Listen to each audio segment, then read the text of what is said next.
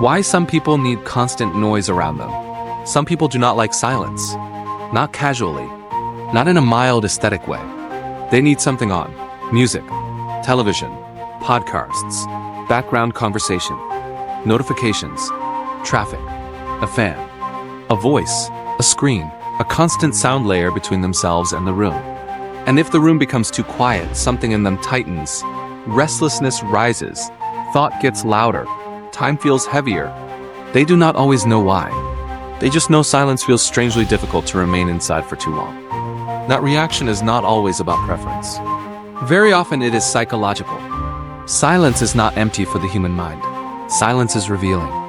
The moment outer stimulation reduces, inner content becomes more audible. Thoughts you had been outrunning begin catching up. Feelings you had been sidestepping begin surfacing.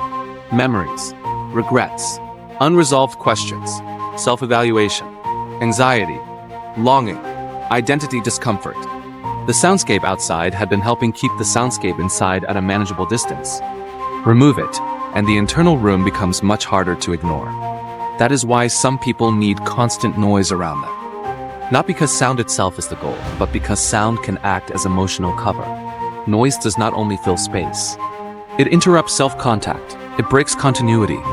It keeps the mind moving outward. It prevents certain thoughts from deepening fully. It softens the edges of stillness. For someone carrying unresolved emotional weight that can feel protective. A quiet room is not just quiet, it becomes confrontation. This is one of the most underestimated truths in psychology. A person's relationship with silence often says something about their relationship with themselves. If silence feels restful, it usually means the inner environment is not entirely hostile. Not perfectly peaceful maybe, but not unbearable. But if silence feels threatening, suffocating, heavy, or immediately uncomfortable, that often means the mind has learned that unoccupied awareness is where difficult material becomes audible. Some people discovered this early. They learned that inner stillness brings anxiety, or grief, or self-criticism, or loneliness. So over time they built a life with enough stimulation to keep those things blurred. It becomes normal.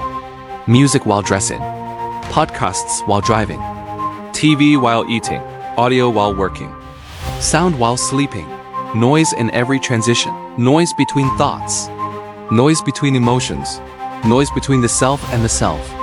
And because modern life makes this so easy, very few people question it. Constant stimulation looks normal now. But normal is not the same as healthy. A person can become so unused to inner quiet that the first minutes of silence feel almost like withdrawal. The nervous system does not know how to settle. The mind does not know how to sit without reaching for something external to occupy the space. This is not always because there is dramatic trauma underneath. Sometimes it is simply because the person has never developed tolerance for their own unamplified mind. They are accustomed to being externally held, externally guided, externally entertained, externally accompanied.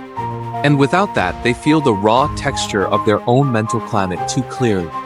That raw texture can include many things: self-doubt, boredom, emptiness, need, comparison, shame, old sadness, frustration, unmade decisions. A sense that life has become too performative and not enough felt. Silence does not create these things. It exposes them. And that is why some people unconsciously treat silence like an enemy. There is also a time dimension to this. Noise speeds subjective experience. A distracted hour vanishes more easily than a silent hour. A day full of input feels faster than a day spent in still reflection. So people who live inside constant sound often feel less contact with time itself. That can be comforting, because in silence, time becomes more visible. And visible time often awakens deeper questions. What am I doing with my life? What am I avoiding? Why am I always reaching for noise? What would I hear if nothing was on? Those are not small questions. Many people are not consciously avoiding them, but their habits answer them anyway. Another reason some people need constant noise is that sound can regulate mood. Music lifts, distracts, intensifies, or soothes. Background audio can help structure emotional state. A person who feels flat may use sound to feel something.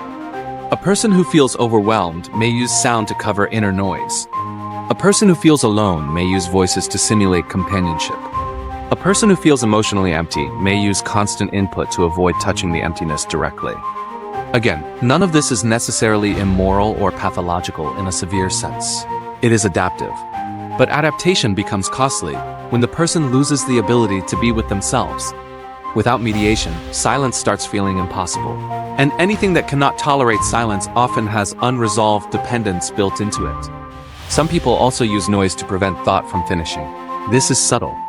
Certain thoughts become dangerous only if they are allowed to continue.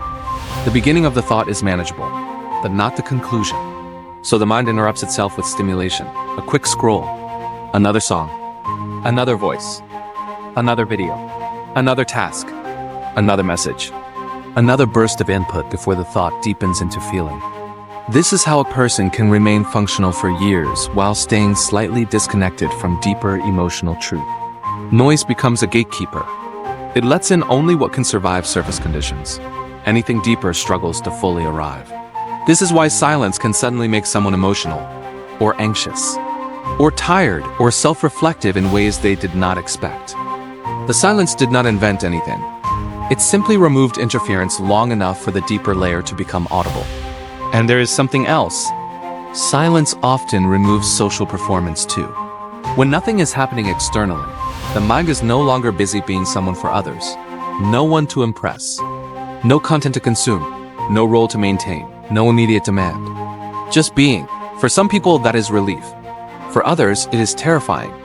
Because if their identity has become overbuilt around output, image, noise, or engagement, then silence feels like falling out of relevance.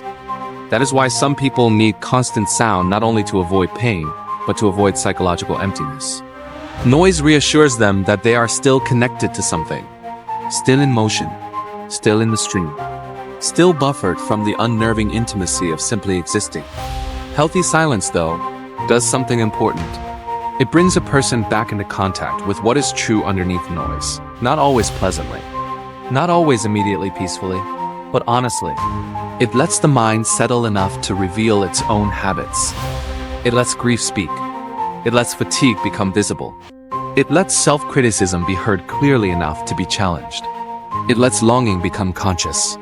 It lets the person see what their constant input has been keeping just beyond reach. This is why silence is not only absence, it is information.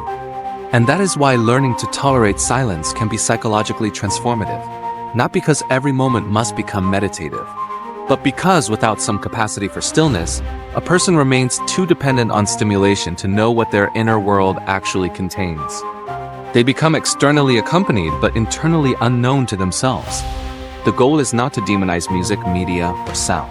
The goal is to understand the function they are serving. Are they enriching your life or protecting you from it? Are they adding beauty or preventing contact? Are they helping regulation or replacing self-relationship? These are different things. A person who cannot be with silence for even brief periods is often not just sound-loving. They may be self-avoiding, emotion-avoiding, thought-avoiding, time-avoiding, reality buffering.